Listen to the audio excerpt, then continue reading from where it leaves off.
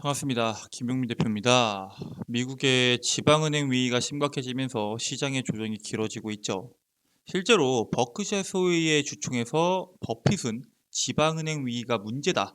현재 25만 달러까지 예금자 보호를 모든 예금자 보호로 확대된다라고 강조를 했습니다.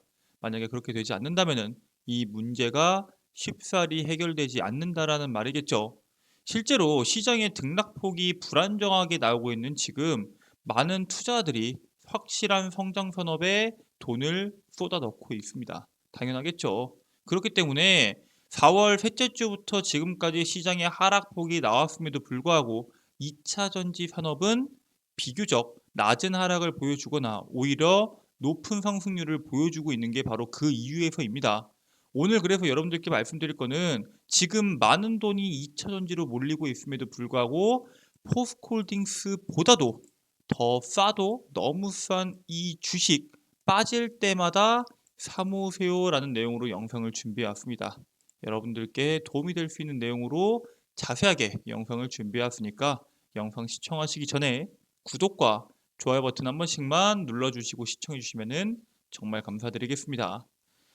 자, 일단 시장의 가장 최신 이슈를 먼저 보면서 이야기를 하도록 하겠습니다. 단독 테슬라 4680 배터리에다가 실리콘 음극재를 적용을 추진한다라는 내용이죠. 테슬라와 주요 배터리 협력사들이 소재 결정 단계에 접어들었습니다. 그렇게 되면서 윤곽이 나오고 있는 차세대 원통형 배터리가 있겠죠. 바로 4680 배터리고요. 4일 업계에 따르면은 4680 배터리를 개발 중인 두 곳이 제품에다가 실리콘 음극재 도입을 검토하고 있습니다.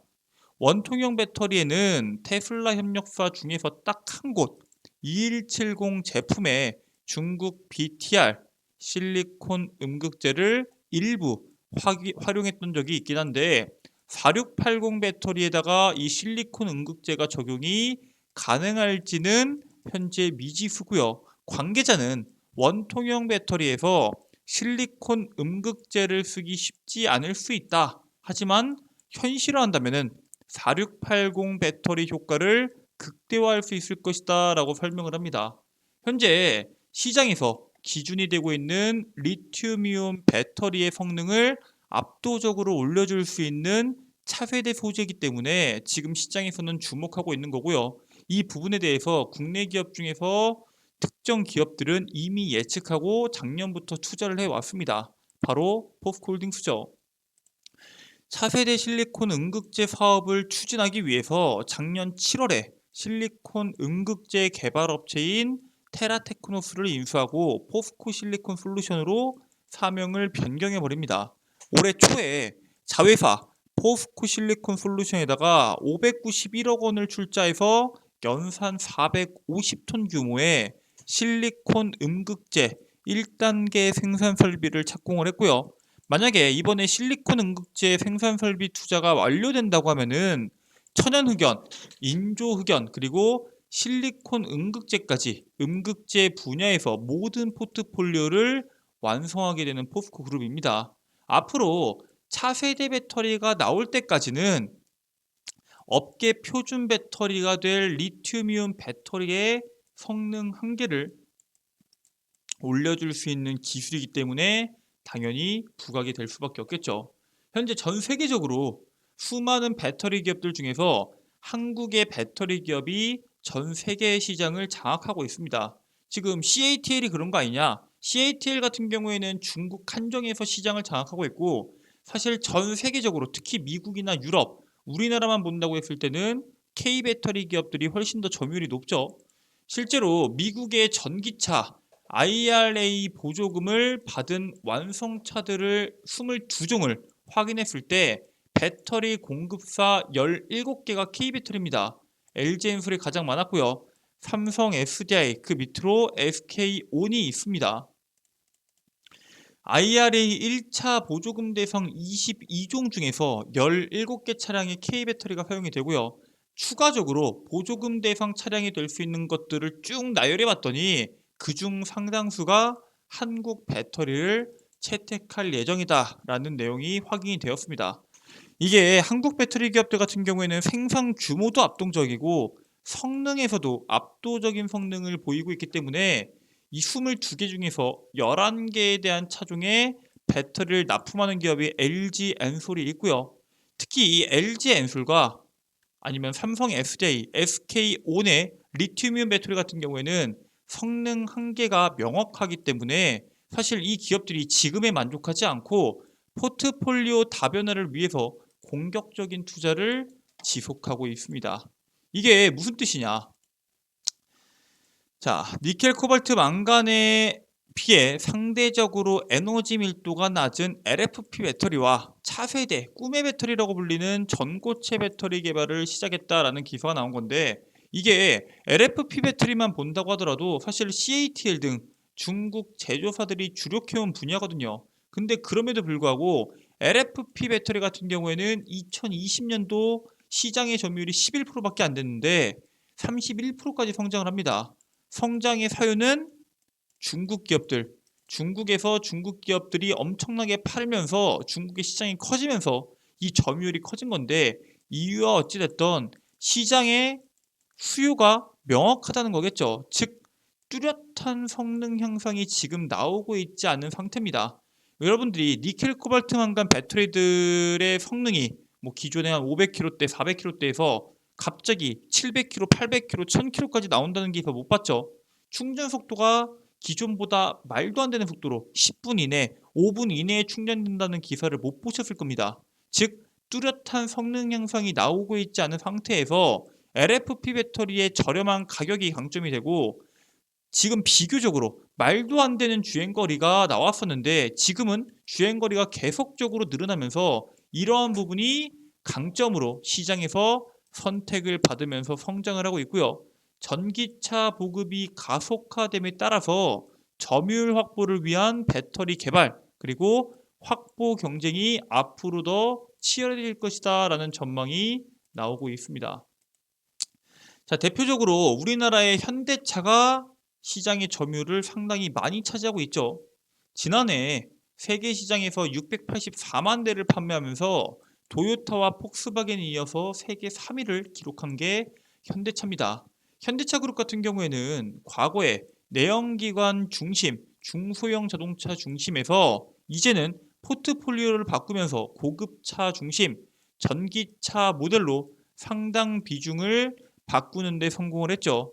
지금 기아의 최초의 전기차 EV6 같은 경우에는 작년 2월에 한국 자동차 브랜드 처음으로 유럽 올해의 차로 선정이 됐고, 현대차의 아이오닉 5 같은 경우에는 영국과 독일 등에서 올해의 차로 선정이 됩니다. 즉 지금 EV6와 혹은 아이오닉 5가 시장에서 주목받고 있는 이유가 뭘까요? 자동차의 엔진이 좋아서 혹은 자동차의 내부가 좋아서. 중요한 거는 지금 자동차 기업들 중에서 우리나라에게는 압도적으로 유리한 이유가 있습니다.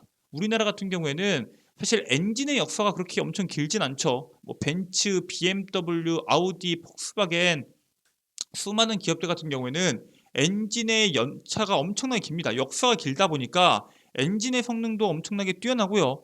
그 엔진의 성능을 기준으로 자동차에 대한 등급을 엄청나게 나눕니다. 근데 우리나라 같은 경우에는 엔진에 대한 성능이 떨어지지만 디자인과 공간 활용 능력이 상당히 뛰어나죠. 근데 전기차 같은 경우는 어때요? 엔진을 특정 기업이 거의 다 만듭니다. 즉 에너지를 전환하는 데 효율 차이가 분명히 있겠지만 결국에는 폭스바겐도 LG 엔솔차를 배터리를 쓰고 현대차도 LG 엔솔의 배터리를 쓴다고 했을 때 두 자동차에 대한 엔진 성능 차이가 크게 날 수 있을까요?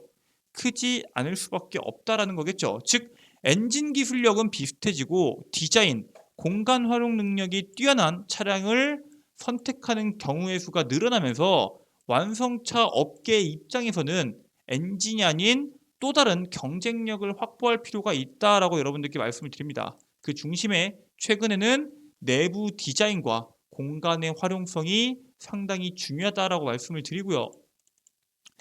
지금 이번에 기아 EV9이 주목받고 있는 거는 실내 디자인 때문에 그런가요? 그렇지 않죠. 그것 말고도 완성차 업계만의 경쟁력을 확보하게 됩니다. 이번에 EV6에 의한 기아의 순수 전기차 모델 EV9이 사전 계약 접수를 시작했는데 현대차 그룹 최초로 레벨 3 자율주행 기능이 탑재될 것이다 라는 전망이 나오면서 주목을 받게 됩니다. 올해 초에 벤츠가 최초로 레벨 3 인증을 획득을 했고 테슬라 같은 경우에는 자율주행으로 유명하지만 실제로 레벨 3에 도달하지 못한 상황입니다. 현대차 그룹이 첫 레벨 3 자율주행에 대한 기술력을 보여줌에 따라서 향후에 소비자들에게 중요한 차량 선택 옵션이 될 것이다 라는 전망이 있는데 이게 무슨 뜻이냐? 앞으로 엔진에 대한 성능이 다 비등비등하고 자동차에 대한 성능이 비등비등하다고 했을 때 자율주행이 얼마나 뛰어나냐가 자동차를 선택하는 기준이 될 수 있다는 거겠죠. 실제로 지금 이번에 현대차 그룹의 레벨 3 자율주행이 이번에 처음 나온 이슈가 아니죠. 작년부터 레벨 3에 대한 자율주행을 탑재하겠다라는 기사들이 지속적으로 나왔습니다. 제네시스 G90에 레벨 3를 넣는다라는 내용이 작년 3월에 연말에 출시하는 G90에 대해서 고속도로 자율주행 기능인 HDP 하이웨이 드라이빙 파일럿이죠. 여기에 도입하겠다라고 발언을 했는데 작년 4분기에 올해 상반기로 출시가 밀려버리고 지난 1월에는 출시한 2023 G90에는 HDP가 빠져버립니다. 그래서 앞으로 HDP가 어디에 들어갈지는 시간이 지나야지 알 수 있다라고 일정을 연기해버렸는데 그 연기된 게 이번에 기아 EV9에 들어간다라고 보시면 될 것 같고요. 현대차 그룹 관계자는 반복주행 검증과 개발 일정이 추가로 필요해서 G90에 자율주행 기술을 적용하지 않는다라고 발언을 합니다. 쉽게 말해서 이 자율주행에 대한 검증이 반드시 필요하고 개발 일정이 추가적으로 필요해서 연기를 시켰지만 그 연기를 한 일정을 우리가 예상한다고 했을 때 EV9에는 충분히 들어갈 수 있다라는 판단을 내렸던 거겠죠. 실질적으로 우리가 자율주행에 대한 흐름을 알기 전에 레벨에 대해서 명확하게 판단을 해야 되는데 실제로 진정한 자율주행 레벨은 3단계부터라는 평가입니다. 즉 2단계까지는 주행에 대한 책임이 인간에게 있지만 레벨 3부터는 시스템에 있습니다. 그래서 실제로 레벨 3에서 고속도로에서 만약에 내가 핸드폰을 하거나 영화를 본다고 해도 상관이 없고요. 잠만 자지 않는다면은 충분히 그러한 딴짓을 해도 주행에 대한 책임이 시스템에 있다라고 현재 시장에서는 판단을 하고 있습니다. 즉 완성차 업체 입장에서는 자신들에게 귀책 사유가 돌아오기 때문에 개발에 더 신중을 할 수밖에 없고요. 그렇기 때문에 더더욱 이번에 G90에 대한 자율주행에 대한 반복주행에 대한 검증도 필요하고 추가적인 개발 일정이 필요한 이유가 바로 여기에 있다라는 겁니다. 모든 문제점에 대한 책임이 자신들에게 돌아오기 때문이겠죠. 즉 앞으로 3단계를 진입하는 시점이 언제가 될지가 모르겠지만 3단계가 개발된 완성차와 3단계가 아닌 2단계, 1단계에 대한 완성차의 선택에 대한 이 메리트가 엄청나게 크게 나올 수밖에 없다는 겁니다. 즉 3단계로 넘어가기 위한 시도가 계속적으로 나올 거고요. 그 중에서 현대차가 최근에 나올 수 있는 EV9의 이 레벨 3에 대한 자율주행 기술을 접목하기 때문에 자율주행이 지금과는 다르게 그 무엇보다도 주목을 받을 수 있는 이슈로 여러분들이 주목하셔야 되는 이유가 여기에 있습니다. 실제로 전 세계 내노라는 기술 업체들은 자율주행 레벨 3 양산 확대부터 레벨 4 로보택시 상용화까지 실생활 적용을 서두르는 흐름이 현재 나오고 있고요.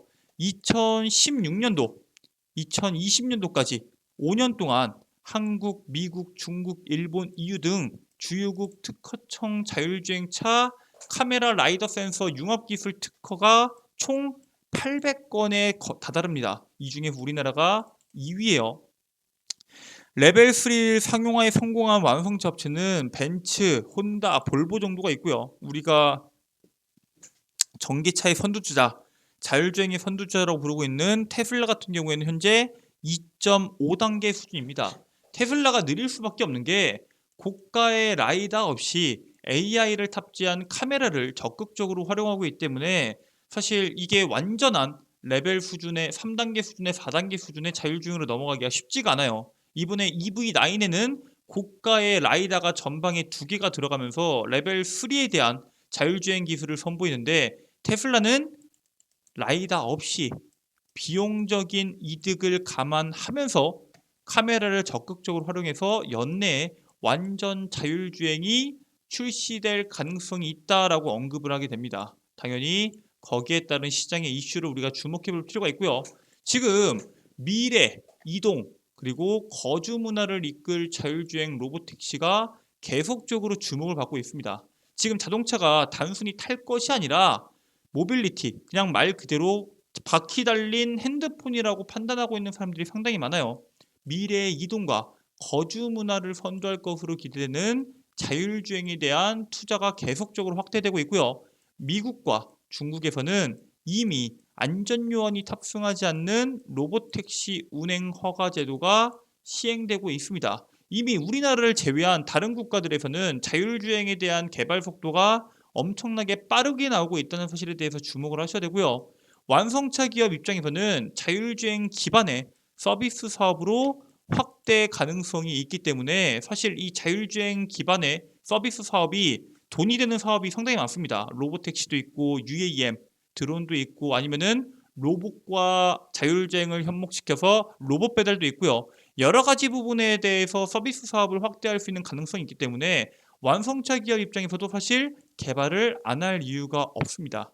앞으로 완성차 업계의 차별화, 즉 이 기업과 이 기업이 같은 엔진을 쓴다고 하더라도 이러한 자율주행 같은 기술이 있냐 없냐에 따라서 자동차를 선택하는 기준이 될 수 있는 차별화를 위한 기술이자 미래 산업의 필수 요소, 자율주행이 앞으로 시간이 지나면 지날수록 계속해서 발전하겠죠. 거기에 더해서 다양한 서비스 사업으로 확대가 가능한 자율주행 수혜주들을 우리가 주목해 볼 필요가 있다라고 말씀을 드리겠습니다. 자, 이렇게까지 말씀을 드렸을 때 아니 자율주행 정말 중요한 거 알겠고 지금까지와 다르게 레벨 3고 시스템이 책임지기 때문에 완성차 업계에서는 더더욱 이 부분에 대해서 집중해서 자율주행 시스템을 만들어서 낼 텐데 거기에 대한 이슈가 상당히 크게 나올 거다. 여기까지는 알겠는데 그렇다면은 자율주행 관련주들이 정말 많은데 그 중에서 뭘 봐야 되냐라고 물어보신다고 하셨을 때 여러분들께서 공략하셔야 되는 종목 2가지에 대해서 말씀을 드리도록 하겠습니다. 일단 첫 번째 같은 경우에는 에이테크 솔루션입니다. 일단 얘네는 자동차 그리고 정보통신형 금형제조 업체인데 얘네가 라이다 부품 개발을 하고 있습니다. 라이다 부품을 개발하고 있는 기업인데 제가 EV9에 라이다가 2개 들어간다고 말씀을 드렸죠. 사실 레벨 3 자율주행에 라이다가 들어갈 확률이 상당히 높습니다. 그렇기 때문에 라이다 부품을 개발하고 있는 에이테크 솔루션이 주목받을 수 있고 여기에 더해서 삼성전자가 지분을 15.92%를 보유하고 있는 2대 주주입니다.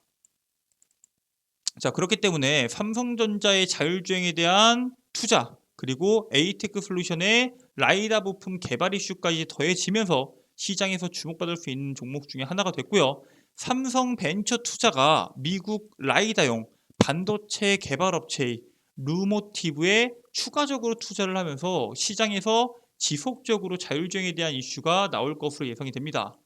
두 번째 종목은 모트렉스예요. 모트렉스 같은 경우에는 차량용 인포테인먼트 그리고 인강기계 상호작용 HMI를 주력으로 스마트카 자율주행에 필요한 장치를 개발하는 기업이고요. 여기에 그냥 헤드업 디스플레이나 아니면은 첨단 운전자 보조 장치 이런 것들을 개발한다 생각하시면 될 것 같아요.